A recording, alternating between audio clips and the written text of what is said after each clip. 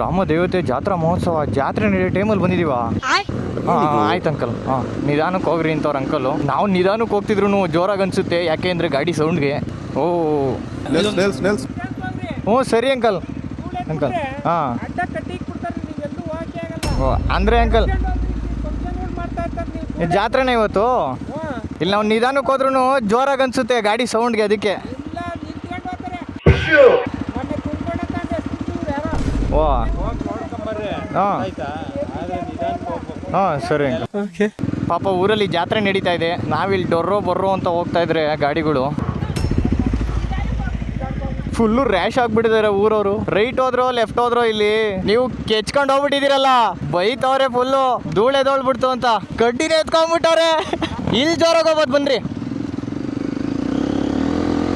ಓಹೋ ಸಾಕಾಗೈತೆ ಗುರು. Perfect timings, sunset timings ಇದು. What A beautiful place. ಅವ್ರ ಹತ್ರ ಮಕ್ಕುಗಿಸ್ಕೊಂಡ್ ಬಂದಿದ್ಕು ಸಾರ್ಥಕ ಆಯ್ತು. ಮಜಾ ಆಯ ಬ್ರೋ. ಅಲ್ಲಿಗೆ ಹೋಗ್ಬೇಕಾರದ್ ನಾವು. ಅಲ್ಲಿ ಹೋಗ್ತವ್ರು ನಡೀರಿ. ಕ್ರೇಜಿ ಐತೆ ಗುರು ರೂಟು. ಓಹೋ ಏಯ್ ಸಮಾಧಾನ. ಸಾಕಾಗೈತಲ್ವಾ ಜಾಗ. ಮ್ಯಾಪಲ್ಲಿ ಇಲ್ಲಿರೋ ಕಲ್ಬಂಡೆ ನೋಡಿ ಕಂಡಿಡ್ದ್ಬಿಟ್ಟೆ ಇದೇ ಜಾಗ ಅಂತ. ಓ ಇಲ್ಲೇನೋ ಇದನ್ನೆಲ್ಲ ಮಾಡೋರು ನೋಡ್ರಿ, ಬರ್ತ್ಡೇ ಡೆಕೋರೇಷನ್ ತರ ಎಲ್ಲ ಬಂದು ಇಲ್ಲಿ ಬಲೂನ್ ಇಲ್ಲೇ ಹೊಡೆದಾಕ್ಬಿಟ್ಟು ಹೋಗೋರಲ್ಲ. ಅಯ್ಯೋ